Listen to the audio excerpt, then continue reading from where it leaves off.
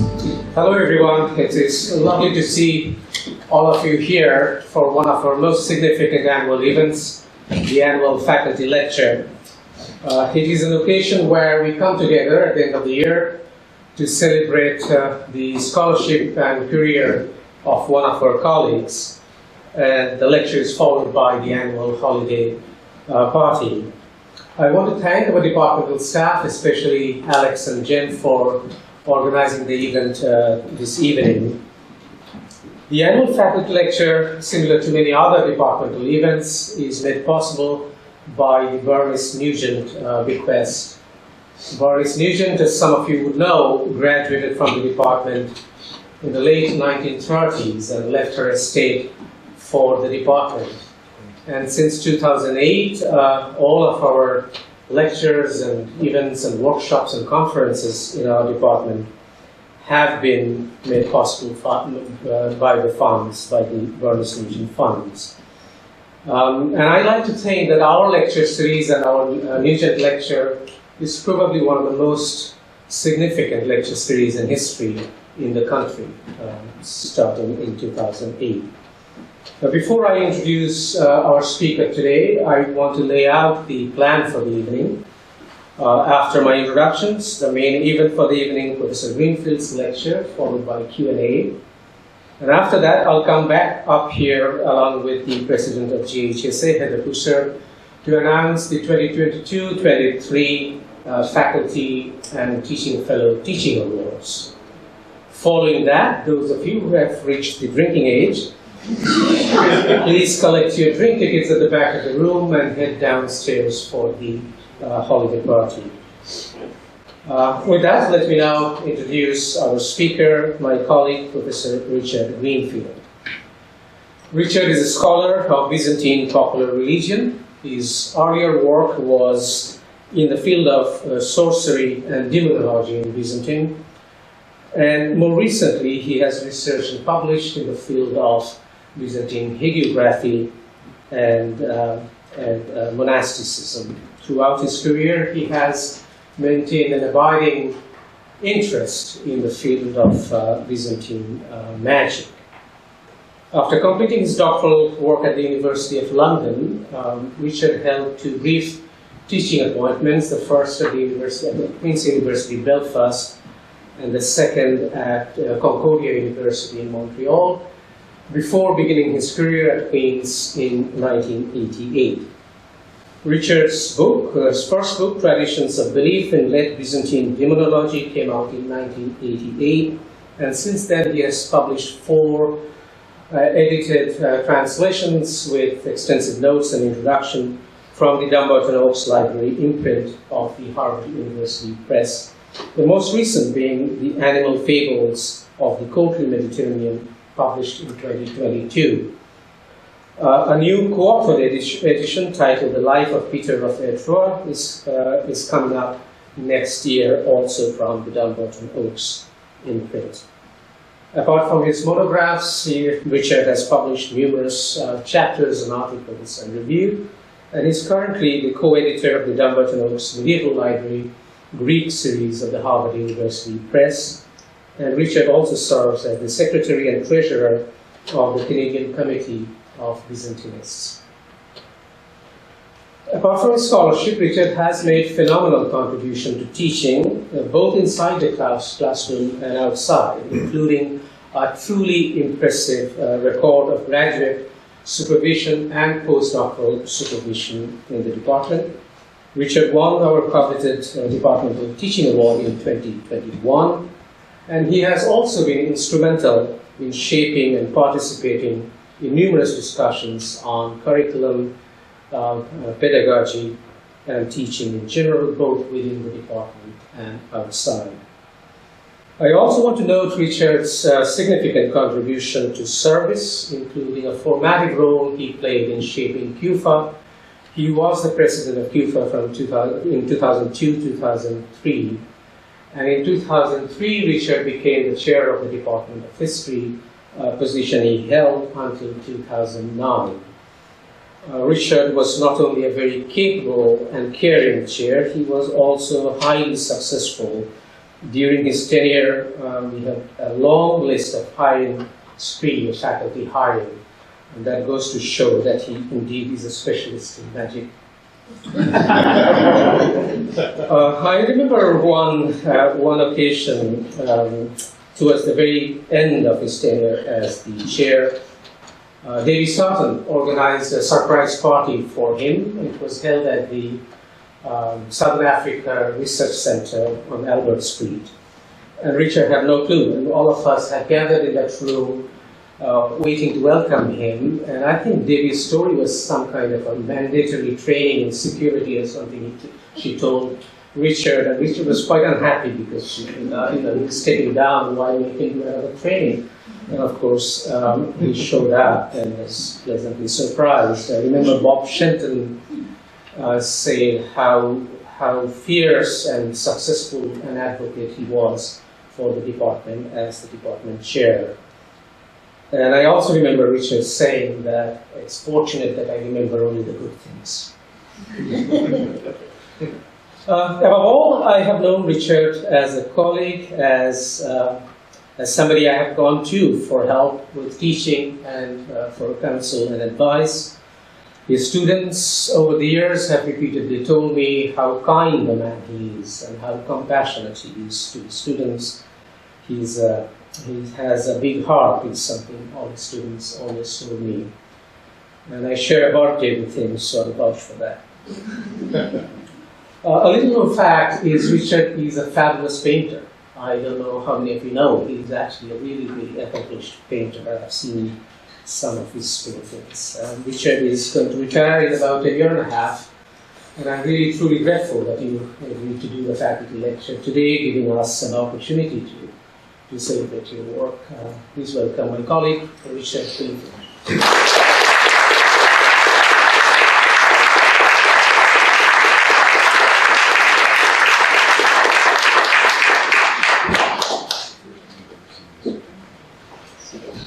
Well, after all that, I can only fail there. So, thank you very much, Yanis. That was more than generous, and most of it undeserved. So, thank you anyway. So, it's a great pleasure to be here, and I'm honoured to be asked to talk again and join the select group of repeat offenders, I guess, in this context. Can you hear me at the back? It's okay. So, good. Yeah, wave if you. I would say to my students, wave if you can.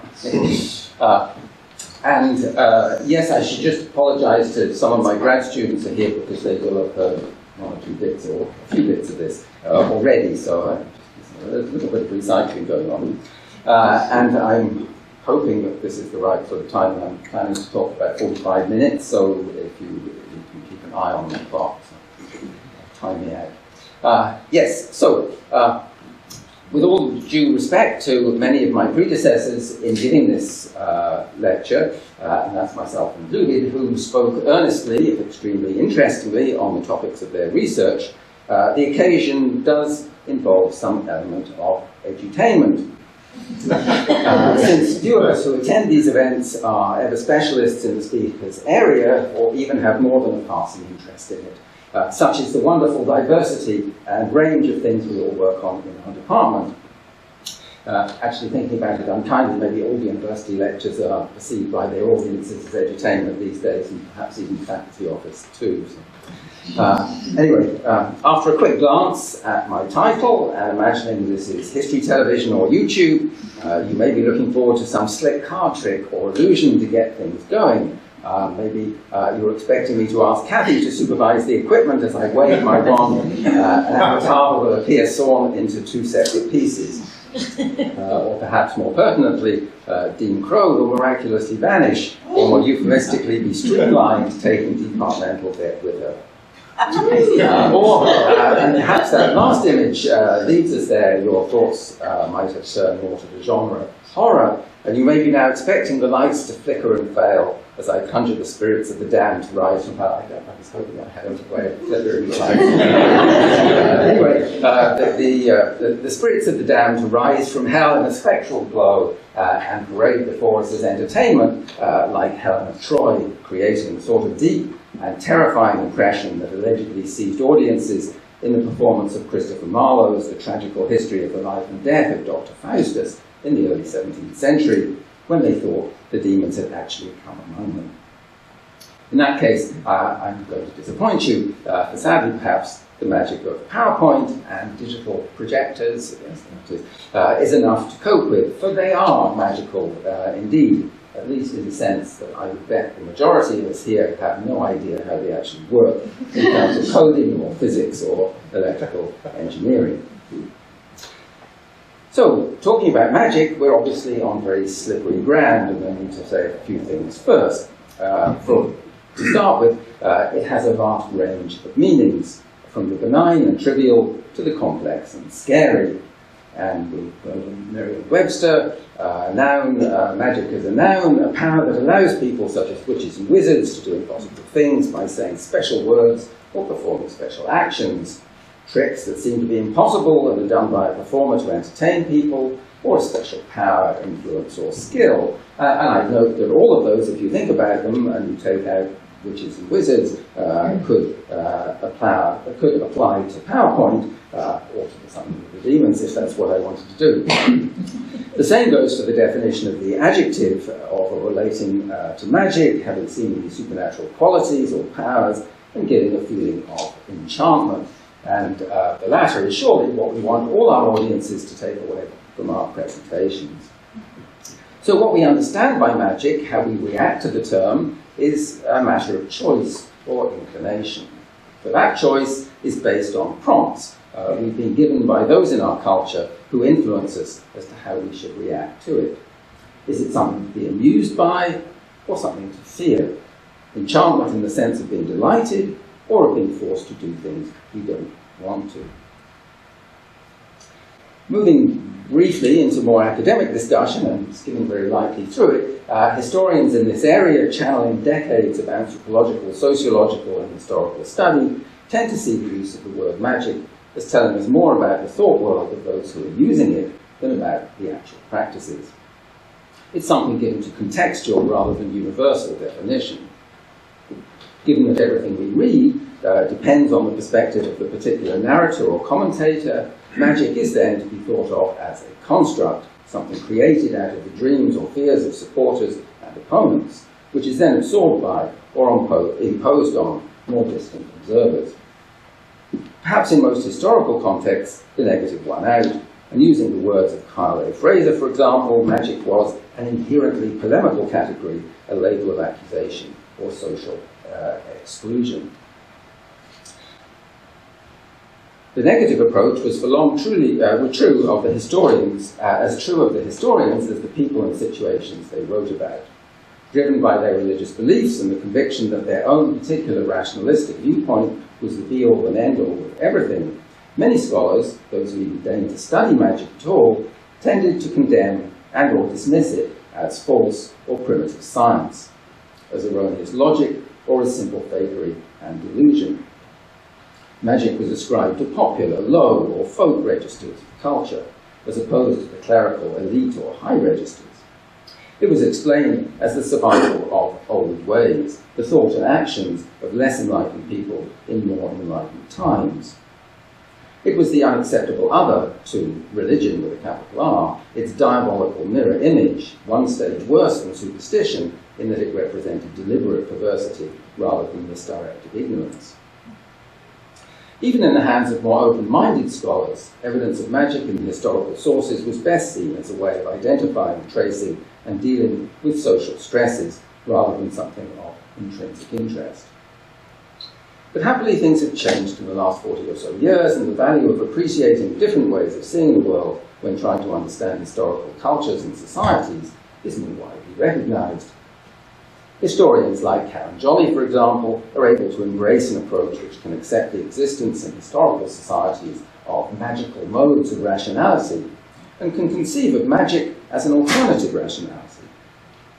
Magical thinking is seen to have formed a more or less coherent theoretical framework for understanding and manipulating how the world works.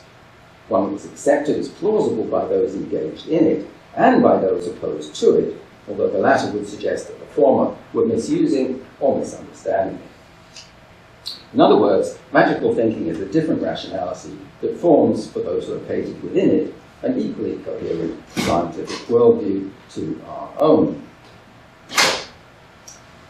In a cosmos believed to be peopled with spirits and wandering souls imbued with the divine, it made perfect sense for people also to believe that those beings, those forces, could be manipulated or influenced for good or ill by individuals gifted with particular virtues, so holy people, holy men and women, or particular learning, so philosophers, scientists, or sorcerers. And such manipulation would necessarily work alongside the prevailing scientific wisdom of the times, which operated on a differently understood framework of causality and agency.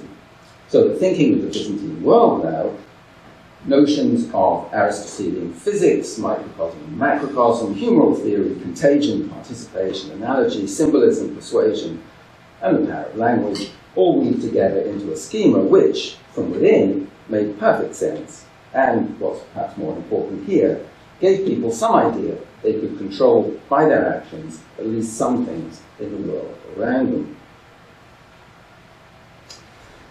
Formulating and establishing my own approach to the study of magic, and I feel the need to put scare quotes around the term almost whenever I use it nowadays, and I tend to do this, in this particular Byzantine context has taken a long time, and owes much to the work of many scholars in several different academic silos.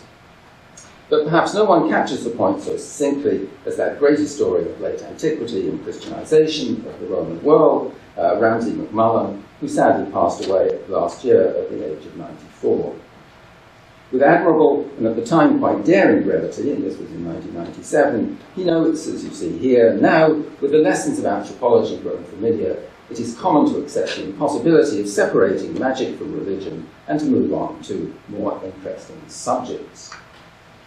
It has, in other words, become so difficult to detect or describe any sharp or definitive difference between what used to be known as magic and what also used to be thought of discreetly as religion, or I would add science, that the use of the terms to indicate entirely different things is no longer meaningful.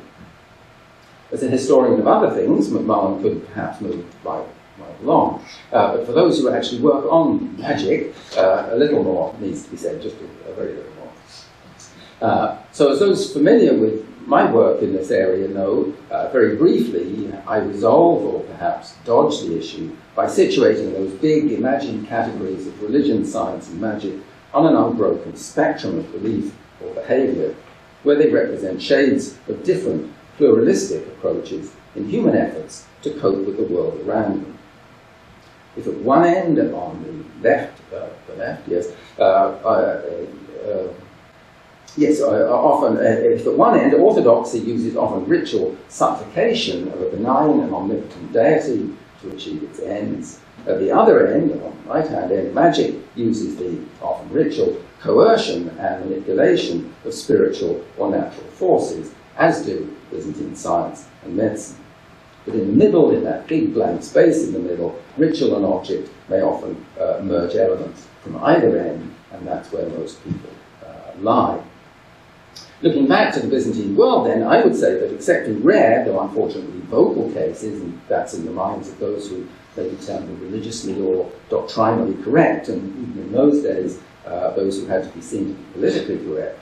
So for most people, there was apparently no sense that one approach was better than another in terms of being effective, or even necessarily better than another in moral terms. Everything was pretty much relative, like the swirling patterns of oil in water. And this is where we come to the focus of what I want to talk about tonight.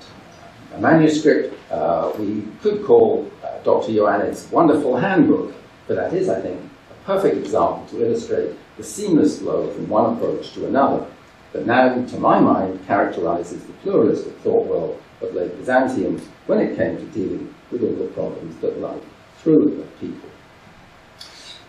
So, who was Dr. Ioannes, and what is this book? Not the one on the left, on this magic book, which describes it, I'm sure it's a very good book. All that we know about Dr. Ioannes derives from one manuscript, and this is Bononiensis 3632, which was his personal collection of wisdom, his career handbook of technical knowledge, if you like, set out on 950 pages. To give you an idea of what you're seeing here, the manuscript is comprised of leaves which are roughly the same size as our regular letter paper, same width, centimetre and a half longer, but it's definitely on the fat side. The paper is thick paper. So roughly like a new packet of printed paper, but maybe a little bit bigger than that. It had fallen into quite bad shape, but was the subject of thorough scientific study in the early 2000s when it was taken apart and put back together again.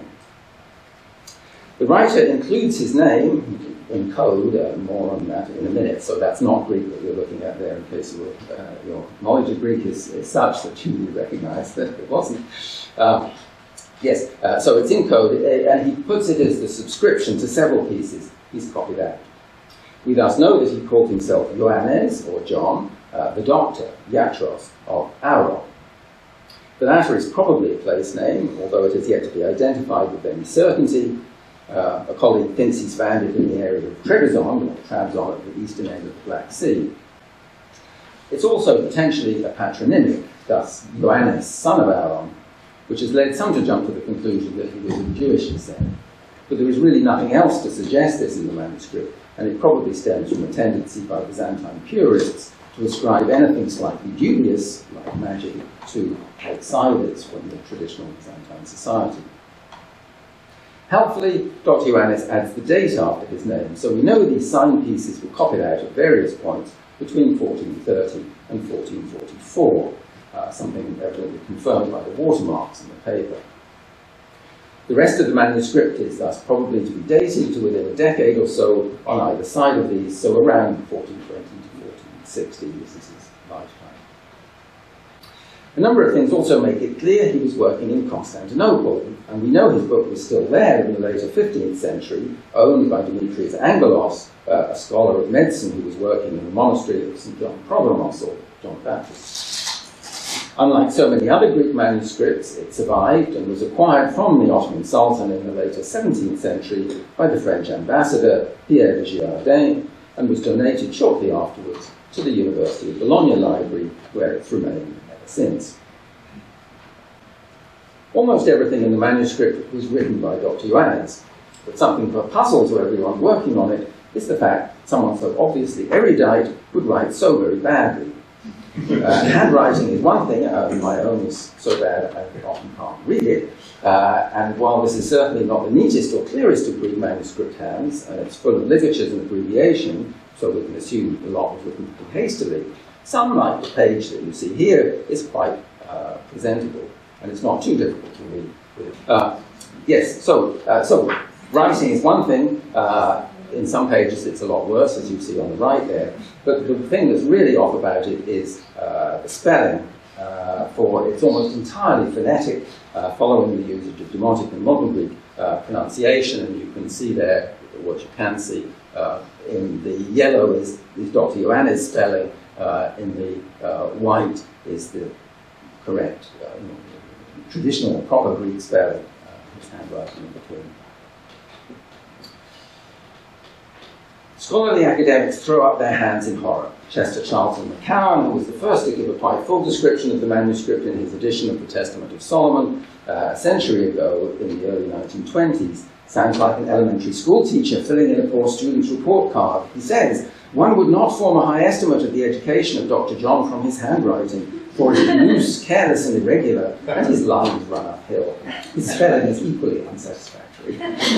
More recently, Anne Lawrence Cardano, another rare Canadian Byzantinist, has gone so far as to suggest that the copyist, Dr. Ioannes, was, quote, unfamiliar with the written Greek language, and this may suggest someone with little formal education.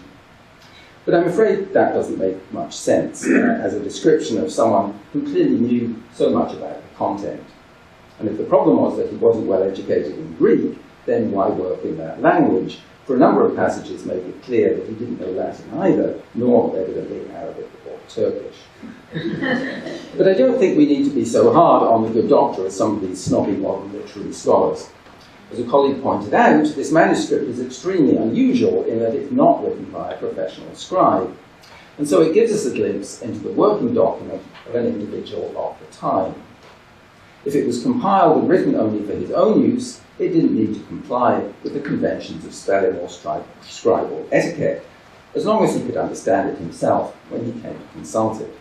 So it may be sloppy, but it certainly doesn't mean he was uneducated. Maybe he was simply dyslexic as well. Making things even more difficult is the fact, as I mentioned, that portions of the text are written in code. Happily, a key to the most frequently used system is preserved in another manuscript in Vienna and published by the great Belgian early and mid-20th century philologist and scholar of classical and Byzantine arcana, Armand Galat. And this makes reading most of the encrypted material relatively straightforward, although there are a couple of places where there are other ciphers used which we don't have a key for. Finally, one bright light about the manuscript, and that is that it's copiously illustrated, and moreover in full colour. The images are apparently created, some we know are copied from other manuscripts, by the same person who copied most of the text. So this is Dr. Ioannes himself, given that the writing and phonetic spelling in them and their captions is in his usual hand. So they make quite clear, if it wasn't so already, that he was himself responsible for all the different types of material in the manuscript, a point to which I'll return, as it's important in its overall assessment. And Dr. Ioannes had a plan for his book, as there's a table of contents at the start on folios 15 to 16 verso, although, as with the best laid plans over time, unexpected things come along. And there are also additions then at the end, and with some clusters of folios added in and extra things tagged on. Thanks to the wonders of digitization, you can see here an image of every opening of the manuscript. Most of the first half in green, roughly the first 265 folios, or just over 500 pages, contains excerpts from well-known works in medicine and pharmacology by major authors such as Hippocrates, Galen, Aetius of Amida, Dioscorides, but also some Byzantine medical scholars, for example, Paul of Egina. So it's basically an extensive handbook of theoretical and applied, in the sense of diagnosis and treatment, medical wisdom. Most of the second half, in red, is taken up with a substantial collection of texts to do with prognostication. So astronomy and astrology in particular, but a range of other techniques using names or signs or cast lots and so forth, all sorts of interesting stuff. And a number of more or less elaborate divination rituals involving techniques of scrying, which I'm going to come back to. Again, this is essentially a handbook of both the theoretical foundations and practical applications of this occult science. Mixed into both sections, however, there's material that could fall into either category. So in the second half, there's a lot of botany or herbal stuff, as well as techniques for treating dislocations, beautifully illustrated, and all of which is traditionally regarded as medical, while in the first half, halfway through, there's a copy of much of the Ioannes, a collection of detailed instructions for making amulets, and of the animal, vegetable, and mineral elements which are required for them, and that would be traditionally regarded as magic. And as I mentioned, Dr. Ioannes has also squeezed at a later date some little collections of even more distinctive magical material into originally blank pages. So I guess in more technical language, Dr. Ioannes' book is a miscellany, which he compiled and copied over the course of his working life. It's one of a group of perhaps 9 such Greek manuscripts that have survived from the 12th to 15th century, but along with one other that's now in Paris, copied a couple of decades later, it's the most extensive and encyclopedic. So, me and the manuscript, my work on Bononiensis 3632 stems from my involvement in a group of international scholars who were undertaking a thorough study of it from as many different angles as possible, under the direction of Petros Bouras Galeniatos of the National Capodistrian University of Athens and Matteo Martelli of Bologna University. And you see them sitting here at the front in this wonderful library where we had our first workshop in Bologna last June. But I first really came into contact with material in Bononiensis 3632 when I was working on my PhD on Byzantine demonology. I unfortunately mentioned this earlier, back in the early 1980s, so over 40 years ago. Subsequently, its versions of the complex divination techniques were imported in work I did on Late Byzantine sorcery in the 1990s. But in those days, I was still young and naive. Since I had some training in social anthropology, I was always troubled by and resisted the then already fading grip of older scholarship, which had seen a more or less hard line between religion and magic, as I was saying before, and indeed also sought to separate science from either. And I was also determined to make sure the alternative traditions of belief represented by many aspects of Byzantine demonology and sorcery did find something like their proper place in any assessment of that thought world, as had traditionally been the case with purified Orthodox and Greek nationalist constructions of Byzantine culture.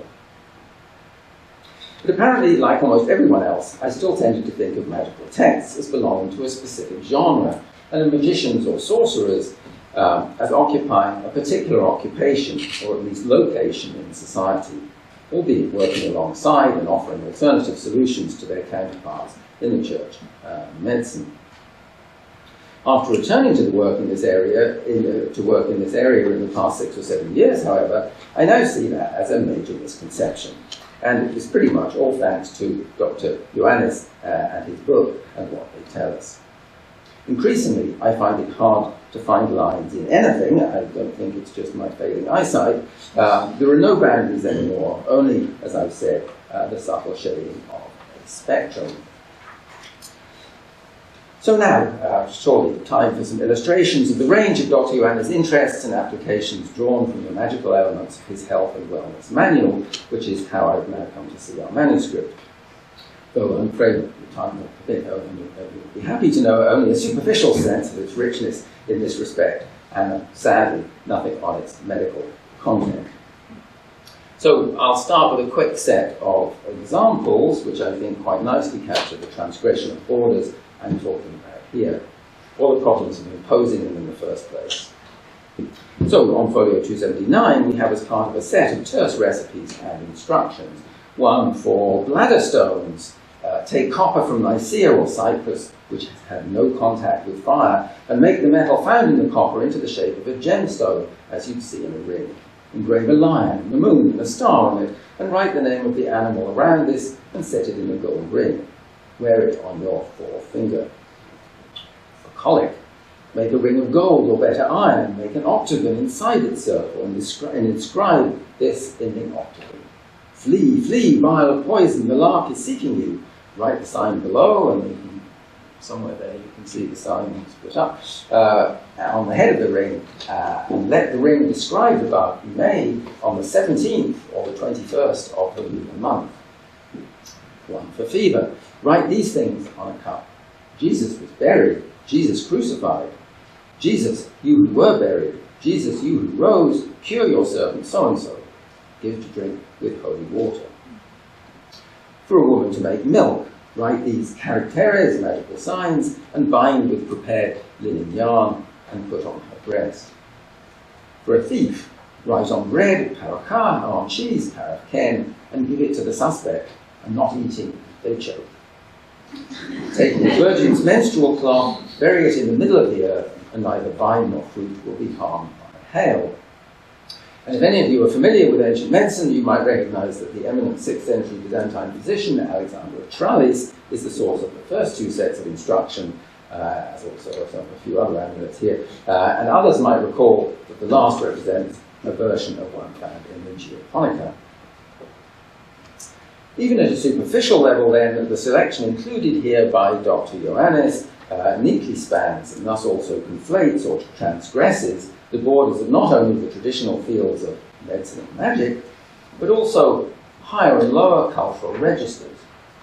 Digging within these remedies, moreover, we can see entwined elements of regular Galenic humoral theory and the metathesia of astrological medicine, as well as a complex cosmology which incorporates sympathetic and antipathetic relations, more simple analogical and symbolic ideas, and belief in the efficacy of the ritualized manipulations of words and names of supernatural power and their symbols. Another major border, that with religion, is breached with the inclusion of recipes involving Orthodox Christian entities, traditions, and materials. Finally, Dr. Ioannes' sphere of operation is clearly not confined to what we might think of narrowly as medicine, but embraces a much wider, we would probably say holistic, understanding of wellness.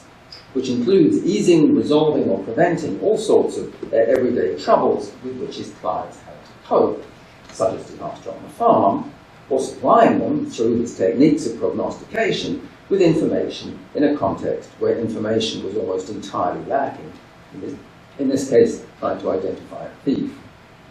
Clearly, what we're dealing with in Dr. Ioannes' thought world is not medicine, not magic, not religion, not prognostication, not science, not even occult science, but rather something which participates in all these modern categories, yet fits comfortably or exclusively into none of them. So, there's a vast amount of fascinating material I could discuss if we had more time. But the main segment of more obviously magical material, which I'll just focus on briefly, comes midway through the second half of the manuscript, where it occupies folios 344 to 362. This is clearly conceived of by Dr. Ioannes as belonging in the same context as the rest of the collection of texts there, which, as I've said, are mostly to do with prognostication of various kinds. In the broader scheme of things, and as I've already emphasized, the presence of all this material in his handbook and the way it continues to be interwoven with more obviously medical things illustrates the scope of what we might want to call his practice. He was indeed a doctor, but what that meant to him embraced a much wider range of problems and their potential solutions than just physical or even mental health. As I said, Dr. Ioannes' world was once starved of information in a way that is quite unimaginable to us now in the 21st century, where the answer to almost anything we need to know is only a touch away on our phone. For us, reasonably reliable projections of the immediate future, at least in terms of things like weather and violent social or political upheaval, or tips on how to get rich or where to find love, are nowadays taken for granted, except perhaps by us older fogies like myself. But in the pre-modern Byzantine world, being able to give people some idea, however flawed, or at least a sense of that they had some idea of what was coming down the pipe at them, or where they should start looking for what they wanted, was surely an important element in their psychological wellness. And here Dr. Ioannes was clearly interested in working with a full pluralistic range of what were to him, in his alternative rationality, the best scientific approaches available. So, inserted in his handbook, alongside all the numerological, brontological, underomens, and other techniques for finding things out for his clients as they came to him with questions about what was going on in their world, and as they sought to make decisions for the future about what was likely going to happen, or sought ways to gain an edge over their competitors, here are the folios which I'm focusing on now. Dr. Ioannes has assembled the instructions for 21 more or less elaborate divination rituals which employ, more or less explicitly, demonic powers summoned by the sorcerer through a young child medium who sees visions either in light reflected off some shining surface, water, oil, polished fingernails, crystals, and so on, or in flames. If the divinations all clearly come from the same general type, and this is scrying, they show a considerable range of development. At one end, for example, was a simple catoptromancy mirror divination to determine if a sick person will live. You take a clean mirror, you put it in a running stream, and say the name of whatever sick person you want, and there you'll see the sick person if they're going to live, but if they're not going to live, you see them laid out for their funeral. But so, very simple there. But at the other end, we have a few elaborate, lengthy, and extremely careful rituals in which preparations culminate in the ritual summoning of a demonic king or queen and their host or army to a magic circle, or vino as it's called in this particular manuscript, in which sorcerer and apprentice sit in fearful safety while they receive answers to their questions, after they've watched the demons prepare and consume a magic feast and swear truthfulness on a magic book. The mirror divination, or catoptromancy, on folio 349 to 50, which summons the demonic queen Sibylla, is definitely the most developed of the collection, but much too long to go through in detail here. On folio 347 recto, however, is one for summoning an elemental spirit, or stichion, and this can perhaps provide a nice illustration in a short time. As you can see, it's quite neatly written with a few key passages in cryptography. At heart, the procedure is yet another divination, a way of obtaining an information edge for yourself or your client about, in this case, whatever you want. Some of them are much more specific. Like many of the others, this one involves a complex ritual, but unlike most of them, it simplifies the protective elements, lacks a medium, and includes real food for the spirits. It's also perhaps darker magic than some of the others, in that it is clearly linked back to the necromancies that underlie this kind of magic in the late antique papyri. The ritual is to take place, evidently inside a house, in the third hour of the night, so halfway between sunset and midnight, when the moon is waxing. There is an emphasis on purity in the preparations. The space must be scrupulously clean and empty. The table and tablecloth to be used should be new. The fruits should be clean.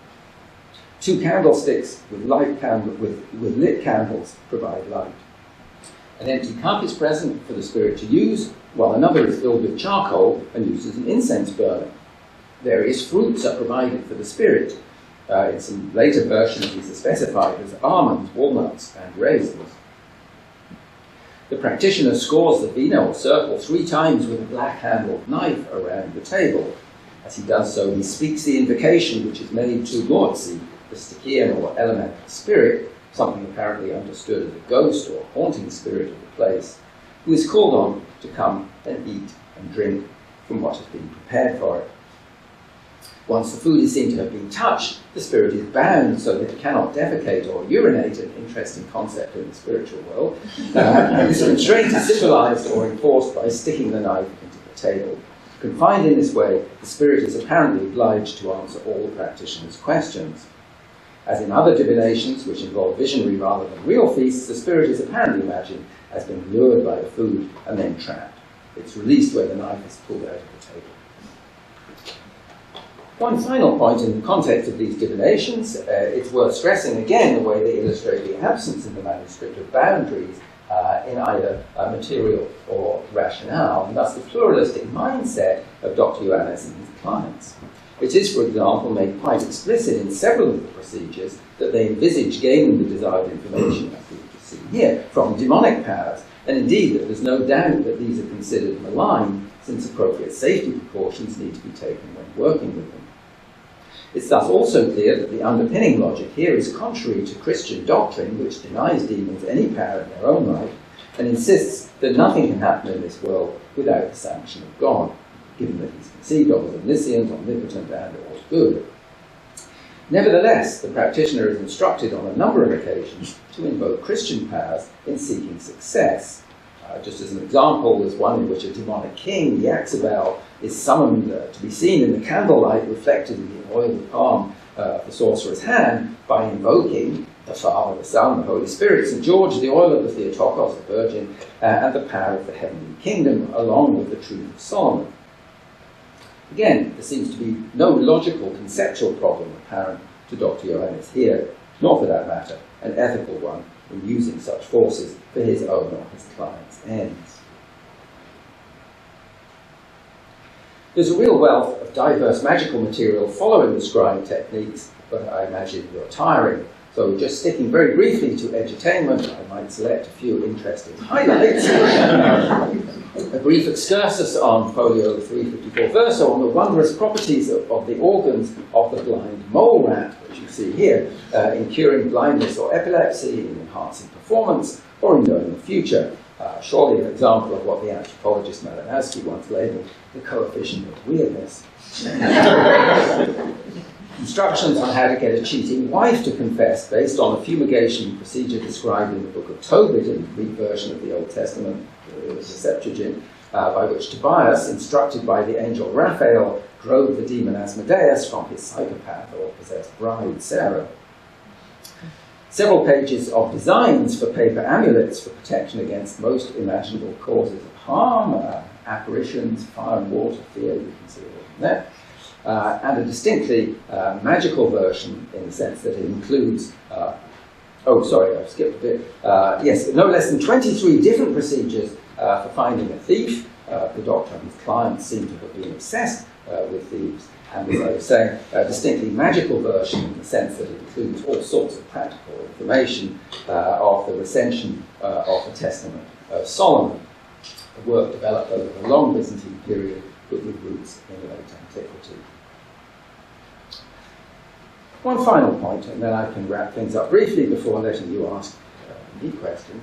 So I thought about that. I mentioned already how unusually well illustrated the manuscript is, but I think it's significant in assessing the place that this magical material plays in the collection, and thus in the thought world of Dr. Ioannes as a whole, that his wonderful illustrations are of the same quality throughout. Clearly, he didn't privilege one aspect of his knowledge over another. You can see the great, well, you can see cut in half, the great physicians of antiquity. They're done with equal care to the botanical illustrations. You've got magic, you've got the mandrake, you've got these root techniques for restoring people after dislocations, and you've got the gates of paradise, all done in the same style. Even the ritual for the comparatively trivial aim of fixing a horse race through the assistance of the odd spiritual being, the Calais of the mountains, gets the same careful treatment. And here perhaps I'd like to think we have a little self-portrait of our physician, or better, our holistic health and wellness professional, peeping from the margin of his reference manual. So towards a conclusion. Yes, what Bononiensis 3632 and the others like it does is provide us with a context for things. And in my focus this afternoon, specifically magic, that have been, and often still are, taken out of context. Based on the assumptions of 19th and early 20th century thought, the various elements of the collection of knowledge and practice represented in this manuscript have almost without exception been studied under discrete headings by scholars, including myself, who've seen themselves, and in most cases who wish to see themselves, operating in largely discrete or at best contiguous fields. History of medicine, history of science, history of occult science, history of magic, history of religion, and so on. And in all these categories, manuscripts like this one have been mined by scholars who've collected and examined texts relevant to their own particular interests, setting them alongside others from parallel and sometimes quite different sources, and drawing conclusions about this new assemblage of material.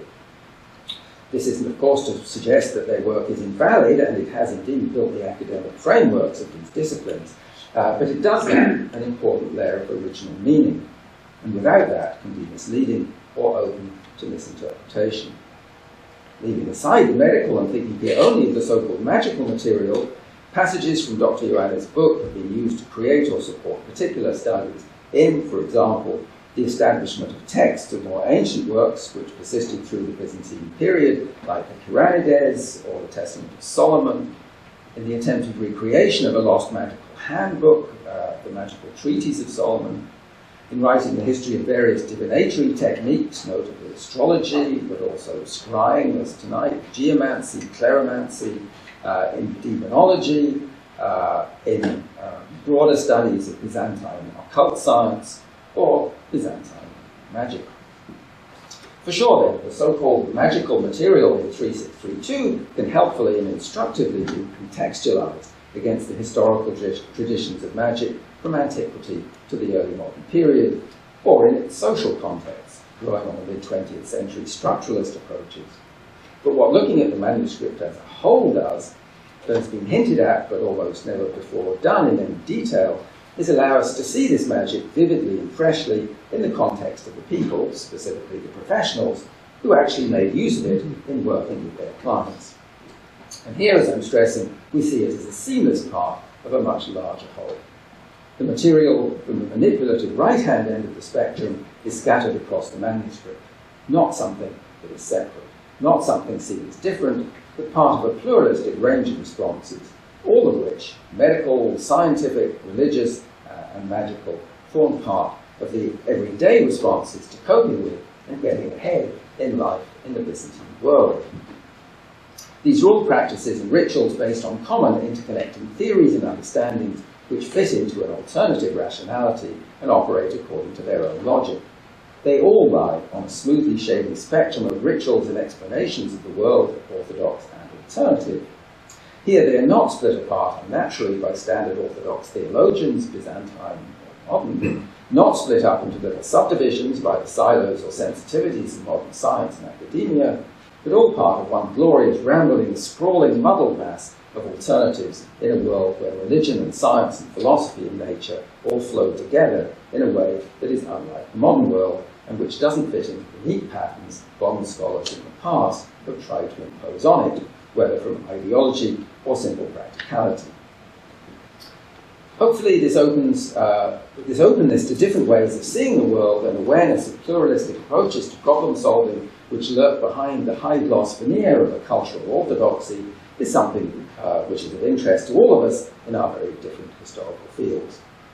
So thank you for listening, and as we're in Canada, I have to end with Dr. Ioannes' rather weird idea of what a beaver looked like.